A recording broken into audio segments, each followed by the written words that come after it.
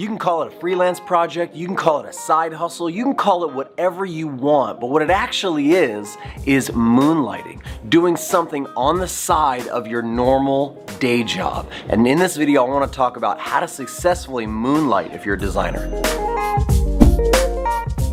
Hey everybody, I'm Jesse, and in this video we're going to talk about how to successfully work on the side as a designer, or how to moonlight as a designer. And really what we're going to be doing is talking about 5 different tips so that you don't burn yourself out, you don't get in legal trouble, and you have successful projects. The term moonlighting was coined in the 50s, and it simply means to work by the light of the moon. Get it?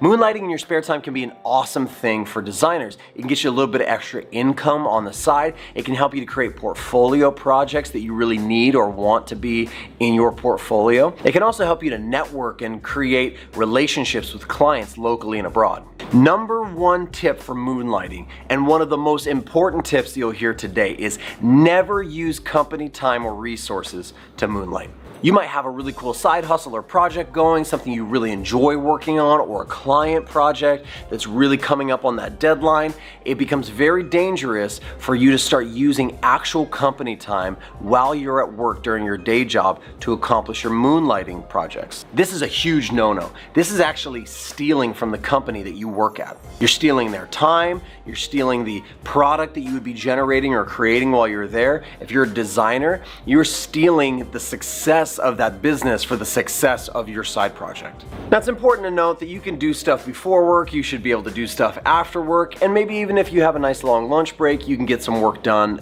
there. You shouldn't be calling out sick to do moonlighting projects, claiming you're going to doctor's appointments, coming in late and claiming there was traffic. All of those things are character issues, and really that's you being dishonest. And so if you can't separate the two, you shouldn't be doing two. Tip number 2, if you're at a large company, or maybe just a company who happens to have a moonlighting policy or a freelance work policy, then you might want to either A, check that policy, or 2, just ask a casual question to your manager, your employer, your creative director, whoever, and just ask them, hey, this is what I was thinking about doing. Is that cool around here? Now, I know that some people are gonna say it's better to ask for forgiveness than for permission, but in this case, if you don't ask for permission, you could actually be legally responsible and in some deep doo-doo.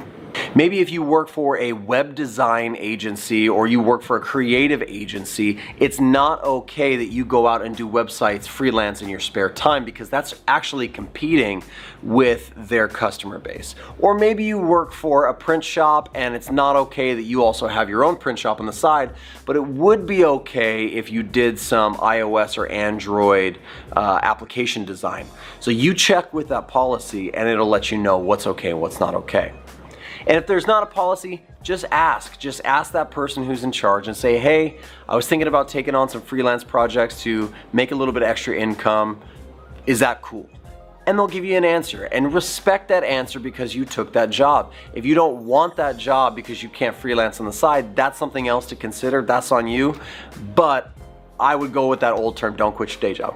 All right, tip number 3, choose your projects well. Make sure it's something you would enjoy, make sure it's something you can actually finish in the time allotted, and make sure it doesn't get in the way of your actual day job. Tip number 4, don't post about the project you're working on while you're working on it. This is different from other projects where you might be able to post your process and kind of show a little bit about what you're doing, but even though your company or your employer might be cool with it, they don't want you rubbing their nose in it, okay? So wait until after the project's done, make a really awesome case study or portfolio piece, put that up, and then you can share that as the project is completed. Hey, I did this. Saying I did this versus I'm currently doing this raises a lot less questions, right? So you might have people say, hey, I thought that guy was working for you. Why is he doing all this branding or web design work over here for this client or company?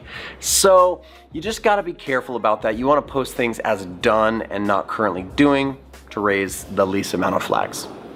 And last tip, make sure you do not overdo it.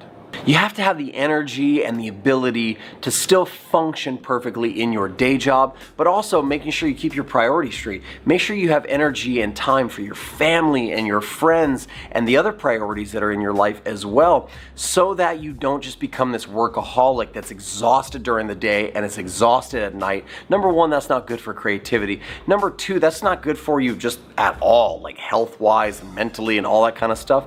So just don't overdo yourself. Don't overexert yourself. Again, be selective. If you find yourself being really groggy and not performing well at your day job, it's a pretty good indicator that you should kind of rein back on the side projects and the moonlighting gigs. Well, that's it. Moonlighting for designers. It can be successful, it can be fantastic, but it can also be dangerous if you take it too far. So just do it within reason. I hope you enjoyed the video. If you did, make sure to leave a thumbs up and subscribe to the channel. I like to do a lot of videos about design and development and kind of creatively minded things. Also, if you have any questions or comments, leave them down below. I hope you guys are making amazing things. I hope you're designing amazing things. And I hope that you're selecting your moonlighting projects responsibly and having a good time with them. I'll see you later.